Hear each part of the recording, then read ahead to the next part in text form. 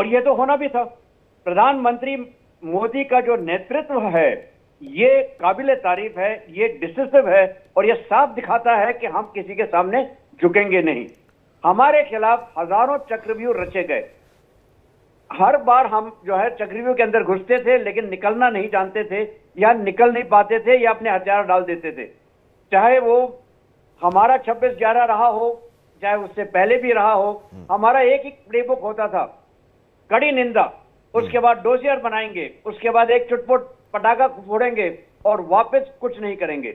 ये प्लेबुक प्रधानमंत्री मोदी के नेतृत्व में बदल गई है। ये एक नया भारत है जिसने चीन जो पहले पीछे खड़े होकर चक्रव्यूह रचता था, लेकिन पाकिस्तान को सब करने देता था और पाकिस्तान को ब्लेम भी करता था, वो अब खत्म हो गई कहानी उसकी।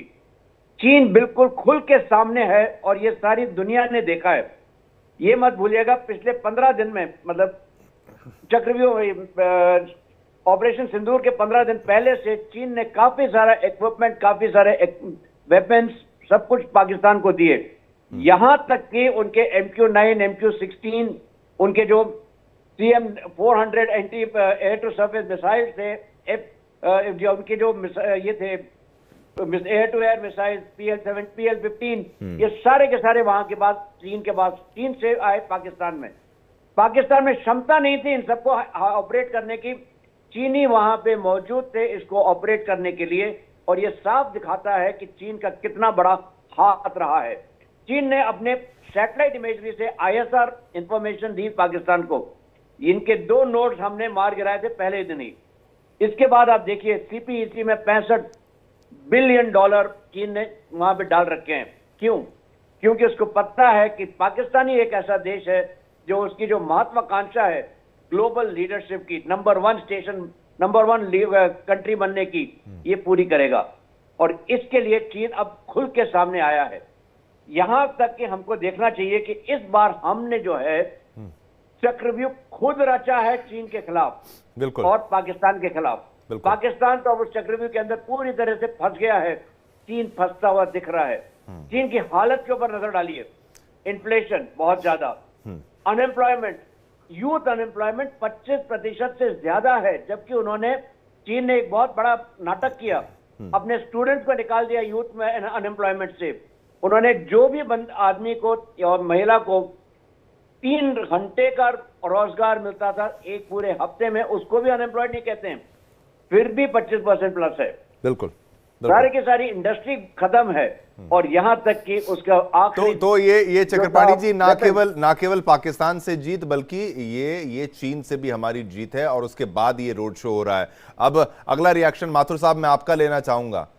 इस रोड शो को भी देखते हुए और जनता कितनी मतलब सपोर्ट में है गुजरात की खास तौर पर, और ऑपरेशन सिंदूर के बारे ये महत्वपूर्ण, ये जो आप देख रहे हैं रोड शो, कई रोड शोज आज वहां पर होंगे, लेकिन सेना को साथ लेकर चलना, विपक्षी पार्टियां वो आरोप जरूर लगाती हैं कि भाई सेना की कार्रवाई पर आप क्रेडिट लेते हैं, लेकिन आपका क्या यहां पर कहना होगा? शिवम, देखिए, सबसे पहले तो जय हिंद। जय हिंद।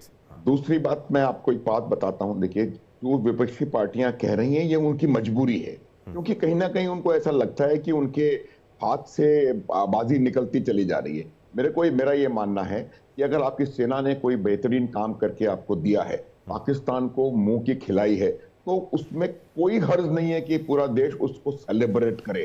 आपको अपनी सफलता सेलिब्रेट करने का पूरा हक है। उससे मैसेज जाता है पूरी जनता में, जो भारत की जो जनता है, उसमें एक बहुत कॉन्फिडेंस कहीं ना कहीं उभर करके सामने आएगा कि हमने किस प्रकार से 2.5 दिन, 3 दिन के अंदर में पाकिस्तान को घुटनों पर ला दिया और उसने हमारे से सीज फायर की भीख मांगी। मुझे लगता है कि इसमें राजनीति का अभी ज्यादा स्कोप नहीं है। आप इन जो दूसरी पार्टियां हैं उनको कहने दीजिए जो वो कह रही हैं। ये मेरे हिसाब से किसी भी प्रकार से सेना की गतिविधि का या सेना की विजयश्री का राजनीतिकरण नहीं है।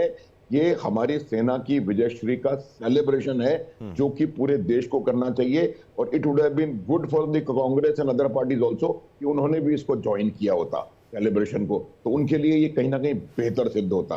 ये मेरा मानना है। अब राजनीति को छोड़ेंगे, अब बात देखिए ये आती है कि भारतवर्ष की आज की परिस्थिति में विश्व परिप्रेक्ष्य में क्या स्थान है भारतवर्ष का। भारतवर्ष का लीडरशिप की वजह से, टेक्नोलॉजिकल एडवांसमेंट्स की वजह से, इनफैक्ट जितने भी ड्राइवर्स, कई दफा मैं कह चुका हूं आपके कॉम्प्रिहेंसिव नेशनल पार्क के हमारे तमाम ड्राइवर्स जो हैं, इकोनॉमिक, एजुकेशनल, टेक्नोलॉजिकल, मिलिट्री, हर तमाम ड्राइवर जो हैं वो बेहतरीन तरीके से आगे बढ़ रहे हैं। और वो उससे क्या हो रहा है कि भारतवर्ष की कॉम्प्रिहेंसिव नेशनल पावर में इजाफा हो रहा है।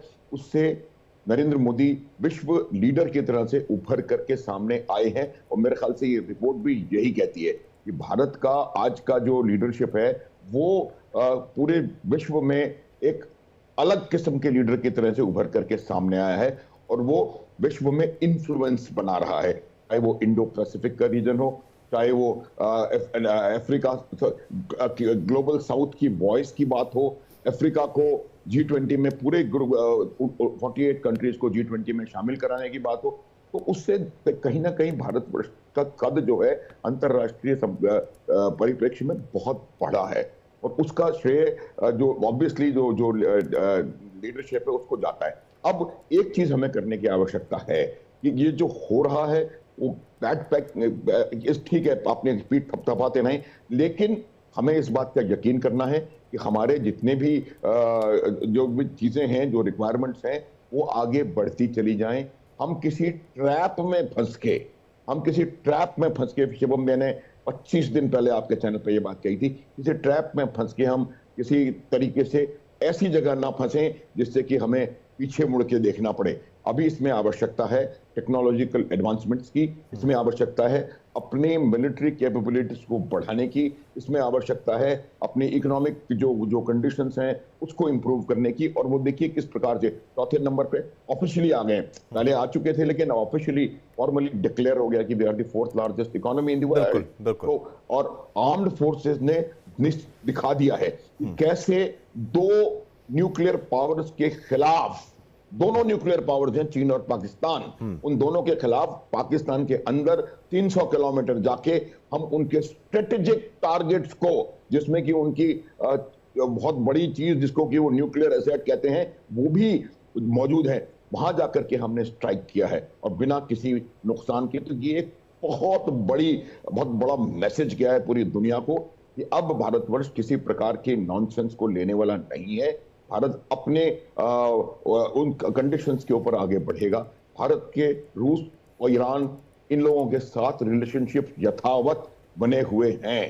तो एकमात्र मेरे ख्याल से देश दुनिया का आज की परिस्थिति में है जो रूस से, चीन को एक थोड़ा सा बैक बर्नर में रखेंगे। रूस, ईरान, मध्य पूर्व की देश, अमेरिका, फ्रांस, नाटो, सबके साथ उसके बहुत अच्छे संबंध हैं, सबके साथ आर्थिक संबंध हैं, सबके साथ व्यापारिक संबंध हैं। तो ये एक बहुत बड़ी बात है मेरे हिसाब से।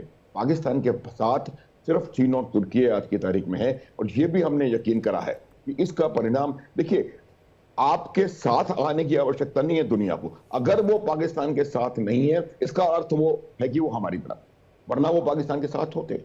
तो ये तो पूरी दुनिया का सपोर्ट आपके पास है आज की तारीख में, सारी दुनिया। देखिए ये बात बहुत इंपॉर्टेंट है शिवम, कि जो वर्ल्ड सोसाइटी आज की तारीख में है वो हमेशा टेररिज्म के विक्टिम्स के साथ खड़ी होती है, ना कि एनेबलर्स के साथ। और पाकिस्तान एक बहुत बड़ा टेरर एनेबलर है। तो ये इस रिपोर्ट में ये बात भी बिल्कुल साफ उभर कर सामने आई है। उन्होंने कहा है इस रिपोर्ट में, मैंने पढ़ी है ये रिपोर्ट, पाकिस्तान के बारे में उन्होंने कहा है कि पाकिस्तान 3 चीजों के लिए अपने आने वाले 2025 में लड़ता रहेगा। उन्होंने कहा है कि small skirmishes with all neighbours. All neighbours का मतलब है ईरान, अफगानिस्तान, भारत, सबके साथ उनके इशू है। उसके अलावा उन्होंने स्पेसिफिकली मेंशन किया है कि टीटीपी और बीएलए ये उनके ऊपर हमले लगातार करते रहेंगे। उन्होंने फिगर दिया है 2500 लोग मारे गए हैं पिछले साल टीटीपी और बीएलए के हमलों में पाकिस्तान में, वो चाहे कुछ भी करते रहे। तो ये एक बहुत बड़ा नहीं, वो बिल्कुल जो आसिम मुनीर की जो स्पीच थी माथुर साहब, वो जब देख रहे थे तो ऐसा लग रहा था कांप रहे हैं।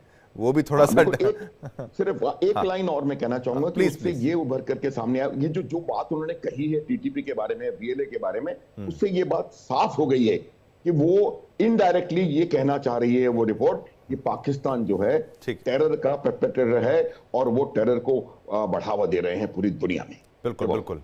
अब ग्रुप कैप्टन यूके देवनाथ साहब, आपसे मेरा ये प्रश्न रहेगा, एक इस रैली को देखते हुए, दूसरा देश के मूड को भांपते हुए, और तीसरा सेना के मनोबल के बारे में और देश के मनोबल के बारे में, पीएम मोदी का जो ऑपरेशन सिंदूर के बारे में और इसका नाम भी दिया जो गया उनकी तरफ से, और ये सब तमाम चीज़ों को अगर आप विश्लेषण करें एक मिलिट्री पर्सपेक्टिव से, एक पेट्रियट होने के पर्सपेक्टिव से, देशभक्त राष्ट्रवादी होने के पर्सपेक्टिव से, तो क्या कुछ कहना चाहेंगे देवनाथ जी? शिवम, इसमें कोई शक नहीं है कि ऑपरेशन सिंदूर जो कि अभी भी चल रहा है, उसका जो एक्टिव फेज था 7 से लेके 10 मई तक, उसके बाद से भारत का डंका विश्व में बज रहा है। और शायद मैं भारत सरकार को, मोदी जी को इसका श्रेय देना चाहूंगा, क्योंकि उन्होंने एक नया आयाम सेट कर दिया, एक नया मापदंड सेट कर दिया है, एक नया ट्रिप वायर बना दिया है कि अगर पाकिस्तान ने इसके बाद कभी भी आतंकवादी गतिविधियों को भारत में अंजाम देने की कोशिश की, तो फिर भारत उसका ऐसा ही जवाब देगा। इसमें ना सिर्फ इस बार, पहले अगर आप याद रखें शिवम, हम जाते थे आतंकवादी शिविरों पर हमला करते थे। इस बार पहली बार हमने हमारा जो ऑफेंसिव स्पिरिट है उसको उसका आयाम बढ़ा दिया है, एनवेलप को बढ़ा दिया है, और पाकिस्तान के जितने मिलिट्री टारगेट हैं उनको भी अपने जद्दोजहद में ले आए हैं। तो पाकिस्तान में जो उनके मिलिट्री स्ट्रेटेजिस्ट हैं, उनके जो पॉलिटिशियंस हैं, वो भी शायद सर खुजा रहे होंगे कि अगली बार भारत का जवाब कैसे दिया जाए। यानी अगली बार उनको मालूम है कि उन्होंने कोई गुस्ताखी की, ना सिर्फ हम आतंकवादी शिविरों पर आर्टिलरी के साथ फायर करेंगे, रॉकेट मिसाइल से फायर करेंगे, हवाई जहाज से फायर करेंगे, वरन हमारी एयरफोर्स और हमारे जो ड्रोन्स हैं, यूएवीज हैं, वो गहराई तक पहुंचकर उनके मिलिट्री इंस्टॉलेशन पर हमला करेगी। तो फिर पाकिस्तान क्या करेगा? सबसे बड़ा सवाल। पहले वो एक गिदड़ बम की देते थे, जो कि हम लोग बहुत फूंक फूंक के कदम रख रहे थे 1998 के बाद से। उन्होंने भी एक एटॉमिक धमाका कर लिया था उस वक्त। पिछले 20-25 साल से हम फूंक फूंक के सोचते थे कि अगर हम पाकिस्तान में गहराई में गए, डेप्थ में गए, और हमने खासतौर से एस्केलेशन लेवल में एयरफोर्स का इस्तेमाल कर लिया, तो शायद वह न्यूक्लियर हथियारों का इस्तेमाल कर सकते हैं। लेकिन इस बार हमने उनकी गीदड़ बबी को दिखा दिया कि ये तो सिर्फ एक न्यूक्लियर ब्लफ है। हमने बखूबी आर्मी के भारी हथियारों का इस्तेमाल किया, हमने एयरफोर्स के हवाई जहाजों का इस्तेमाल किया, और पाकिस्तान में इतनी हिम्मत नहीं हुई कि वो एक जो दावा करता था पाव न्यूक्लियर बम्स छोड़ देगा, नहीं किया।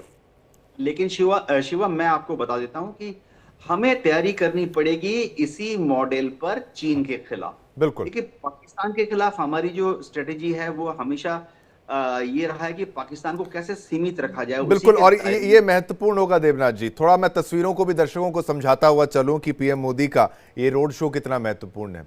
एक तो गुजरात की धरती पर प्रधानमंत्री नरेंद्र मोदी वहां पर पहुंचे हैं, और ऑपरेशन सिंदूर के बाद ये एक अहम यात्रा के रूप में माना जा रहा है, और जिस तरीके का सेना का मनोबल बढ़ाने का प्रयास